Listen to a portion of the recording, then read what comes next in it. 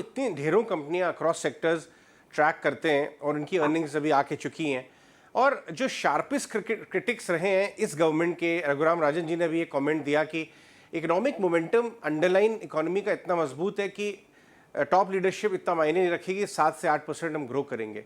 मैं आपसे एक व्यू जानना चाहूँगा कि अंडरलाइन इकोनॉमिक मोमेंटम डेटा क्या दिखाता है आपको, अर्निंग्स की जो क्वालिटी है अभी कॉर्पोरेट इंडिया की, आपके पास भी बहुत सारी कंपनीज हैं, आपको कहीं भी वो शिकन का कोई साइन नज़र आ रहा है, या आपको लग रहा है कि वो मोमेंटम जो है अर्निंग्स और इकोनॉमिक मोमेंटम यहाँ से तो कुछ साल के लिए एक हेल्दी दिखाई देता है?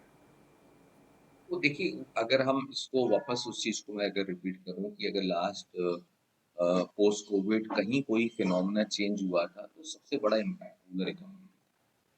रूरल इकोनॉमी में क्यों था कि हमारा एक सप्लाई, ये अपना what कहते हैं डिमांड ड्रिवन इन्फ्लेशन नहीं हमने देखा, एक सप्लाई कंस्ट्रेंट इन्फ्लेशन ग्लोबली देखा। ओके, उसके कारण इन्फ्लेशन ग्राउंड लेवल पे बहुत था, बहुत लोगों को हर्ट हुआ है।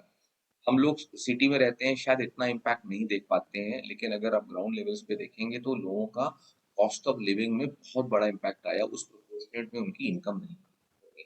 तो वो फिनोमेना था, और मैं मानता हूँ कि करंट गवर्नमेंट को जो इस इलेक्शन में डैमेज अगर हुआ है, वो सिंगल बिगेस्ट फैक्टर है वो इन्फ्लेशन, बाकी सब नैरेटिव है। ओके, इन्फ्लेशन हर्ट करता है लोग, और वो जो ग्राउंड लेवल पे देखते हैं, वो जो समझते हैं, उनको समझ में आता है इन्फ्लेशन था, और इन्फ्लेशन एक्स्ट्रॉर्डनरी था।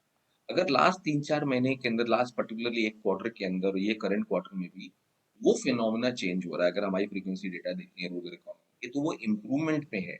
तो गोइंग फॉरवर्ड अगर कोई बोलता है कि हमारा इकोनॉमी पीक आउट हो गया, इनफैक्ट मेरे को ऐसा लगता है कि अगर रूरल इकोनॉमी वापस आती है, तो अपने मैक्रो पिक्चर ऑल इम्प्रूव होंगे। अभी तक जो मॉनसून का फोरकास्ट भी है, अभी तक का मेट का या स्काईमेट का, दोनों का एक अच्छा फोरकास्ट है।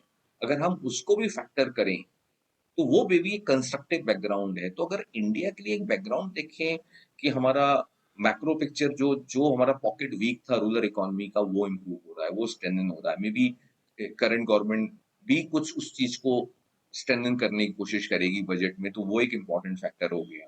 दूसरी चीज देखिए, हमारा वेदर फोरकास्ट आपके फेवर में। तीसरा, वैल्यूएशन भी तो अच्छा, बाजार करेक्ट हुआ ना काफी जगह, और इंडिया का मैक्रो रिलेटिव बेसिस पे बहुत अच्छा है दुनिया से, तो पैसा यहाँ बहुत आने वाला है। जो आज तक जैसे हम लोग एफपीआई एक साल से देख रहे हैं कि एक साल से एफपीआई और एफडीआई दोनों में इम्पैक्ट आया।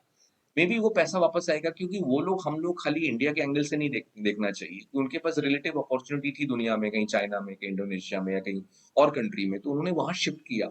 अगर इंडिया स्ट्रक्चर बुल जो हमको दिखता है और ये कंटिन्यू रहेगा, तो झक मार के पैसा आएगा।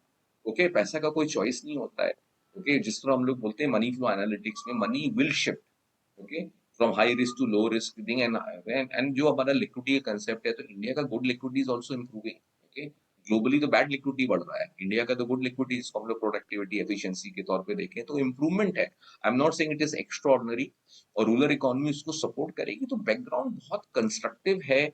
और मैं हमेशा बोलता हूँ कि इस तरह का कोई इवेंट हो जाता है तो मार्केट और हल्का हो जाता है। लास्ट पोस्ट कोविड में मैंने कई बार ये देखा है कि कम से कम 5-6 बार बाजार 10-15% 20% 15% शार्प करेक्शन आया है, और वो इतना शार्प करेक्शन आता है कि लोग हेल्दी करेक्शन की बात करते हैं, और लोगों का एक्चुअली हेल्थ बिगड़ जाता है। ओके, आपका माइंडसेट ठीक रहेगा तो आप पार्टिसिपेट कर पाओगे, तो रिकवरी आ जाएगी, और आज काफी हद तक रिकवरी आई है।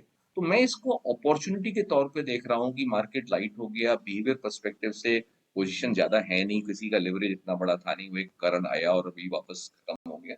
एक अच्छी अपॉर्चुनिटी है, अपने को अच्छी स्कीम्स में पैसा डालना है या अच्छे स्टॉक्स में डालना है, वो आप अपना एनालिसिस करिए, या हम जैसे लोगों को दीजिए जो उसको करते हैं, तो वो आई थिंक पैसा घबराहट में बाजार से निकालना नहीं है, बहुत इंपॉर्टेंट पॉइंट है। लॉन्ग टर्म ट्रेजेक्टरी इंडिया की बहुत अलग है, हम लोग रिग्रेट करेंगे अगर पैसा निकाला।